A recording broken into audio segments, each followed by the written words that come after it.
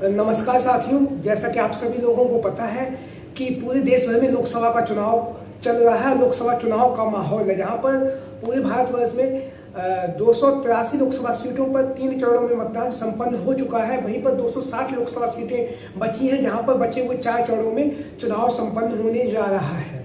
जहां पर इस बार का जो लोकसभा चुनाव है काफ़ी ज़्यादा चर्चाओं से और काफ़ी ज़्यादा अहम भी माना जा रहा है विभिन्न परिस्थितियों से।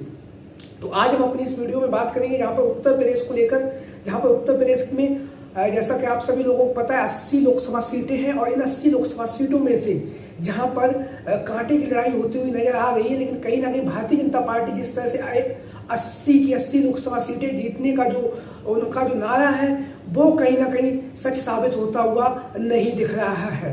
तो आज हम बात करेंगे जो आगामी चौथे चरण में जहाँ पर मतदान होना है 13 लोकसभा सीटों को पर, उनको लेकर आज हम अपनी इस वीडियो में बात करेंगे। वहीं पर जहाँ पर पिछले पहले चरण में, दूसरे चरण में और तीसरे चरण में लगा के 3 चरणों में 26 लोकसभा सीटें, जो 80 लोकसभा सीटों में से 26 लोकसभा सीटों पर जो मतदान है संपन्न हो चुका है। और चौथे चरण के लिए जहां पर लगातार चुनाव प्रचार हो रहा है और चौथे चरण में जो उत्तर प्रदेश की जो 13 लोकसभा सीटों पर जो मतदान होना है उसको लेकर चुनावी रुझान क्या है, चुनावी सर्वे क्या कहता है, किसका पलड़ा भारी है और क्या जाति समीकरण क्या है, उसको लेकर आज हम अपनी इस वीडियो में बात करने वाले हैं।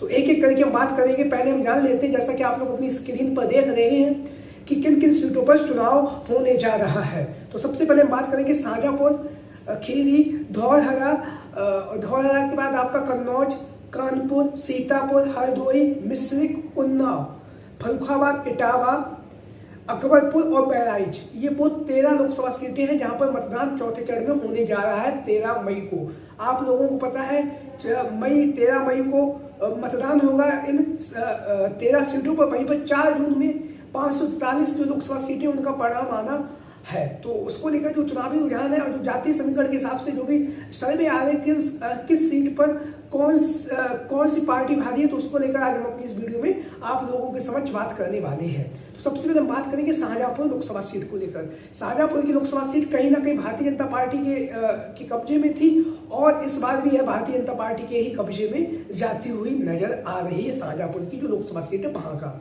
अब हम बात करेंगे लखीमपुर खीरी, जहां से पिछले दो बार जो चुनाव हुआ 2014 और 19 से यहाँ से भारतीय जनता पार्टी के सांसद हैं टेनी साहब। जैसा कि आप लोगों को पता उनके जिस तरह से जो किसानों के ऊपर जो गाड़ी चलाई गई तो उसको लेकर भी एक मुद्दा बनाया गया था। तो इस बार लखीमपुर की खीरी है, यहाँ से अखिलेश यादव जी ने उत्कर्ष वर्मा को चुनावी मैदान में उतारा है।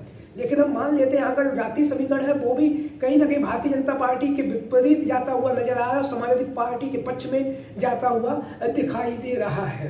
लेकिन फिर भी हम ये जो सीट है यहाँ पर कांटे की टक्कर, लेकिन हम ये बीजेपी के खाते में जाती हुई मान लेते हैं।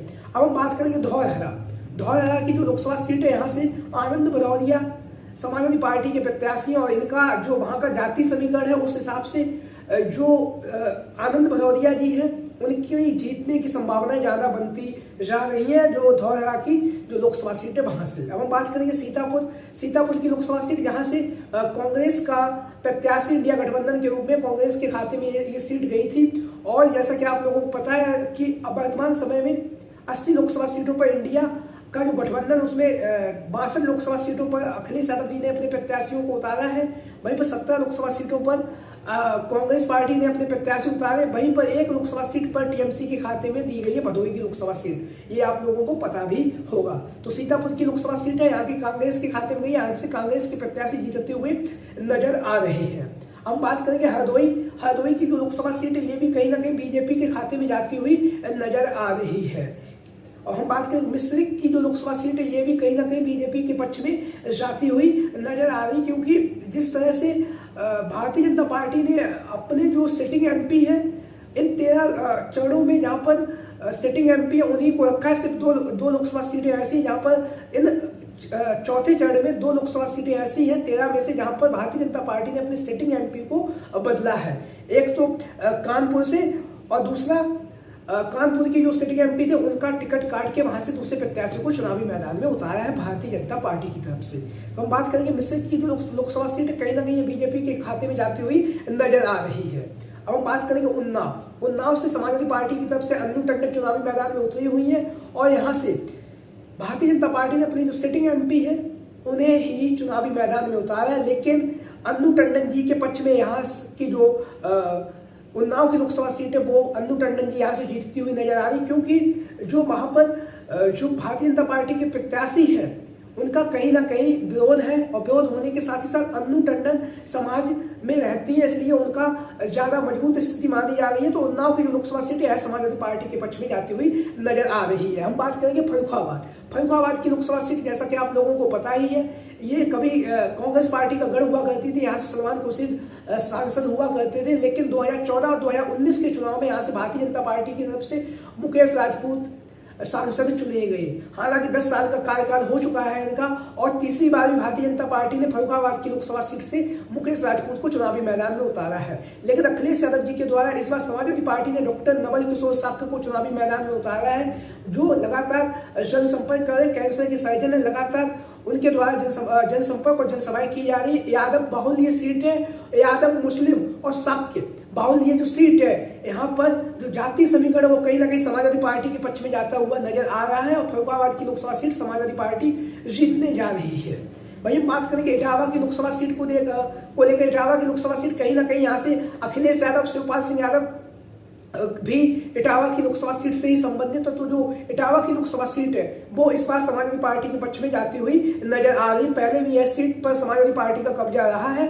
2024 के चुनाव में भी ये जो इटावा की लोकसभा सीट है वहां से समाजवादी पार्टी के पक्ष में जाती हुई नजर आ रही है। हम बात करेंगे कन्नौज लोकसभा सीट को लेकर, कन्नौज से जहां पर पूर्व में अखिलेश यादव जी सांसद रह भी चुके हैं, अखिलेश यादव जी का राजनीतिक सफर है वो भी कन्नौज से ही शुरू हुआ है, और कन्नौज समाजवादी पार्टी का गढ़ माना जाता रहा। तो कन्नौज की लोकसभा सीट से अखिलेश यादव जी जीतते हुए नजर आ रहे हैं। वहीं पर बात करेंगे कानपुर की लोकसभा सीट को लेकर, कानपुर की जो लोकसभा सीट है यहाँ से चर्चाओं में जो समाजवादी पार्टी के पक्ष में ये सीट जाती हुई नजर आ रही है। यहाँ पर 35% मुस्लिम बाहुल्य ये सीट है, और उसके साथ ही साथ यहाँ पर जब विधानसभा का 2022 में चुनाव हुआ था तो यहाँ पर 3 जो विधायक है समाजवादी पार्टी के विधायक है, जो अच्छे खासे मार्जिन से उन्होंने जीत हासिल की थी। 50 से 51-52% वोट इन्हें यहाँ पर मिला था। तो कहीं ना कहीं कानपुर की जो लोकसभा सीट है वो वहां पर इस बार इंडिया गठबंधन मजबूत स्थिति में नजर आ रहा है। अकबरपुर की लोकसभा सीट की बात करें तो ये अकबरपुर की जो लोकसभा सीट है यहाँ से समाजवादी पार्टी के पक्ष में ये सीट जाती हुई नजर आ रही है, और इसके साथ ही साथ जो बहराइच की लोकसभा सीट है ये भी कहीं ना कहीं समाजवादी पार्टी के पक्ष में जाती हुई हमें नजर आ रही है। अगर हम अनुमान लगाएं तो जहाँ पर पिछली बार 2019 के चुनाव में इन 13 की 13 लोकसभा सीटों पर भारतीय जनता पार्टी ने अपना कब्जा किया था, लेकिन इस बार जो समाजवादी पार्टी और इंडिया गठबंधन को कहीं ना कहीं 8 लोकसभा सीटों पर जीतता हुआ नजर आ रहा है। वहीं पर भारतीय जनता पार्टी कम से कम 5 लोकसभा सीटों पर जीतती हुई नजर आ रही है। तो आज की वीडियो में इतना ही। सभी साथी कमेंट बॉक्स के माध्यम से अपनी राय जरूर दें। जय हिंद, जय भारत।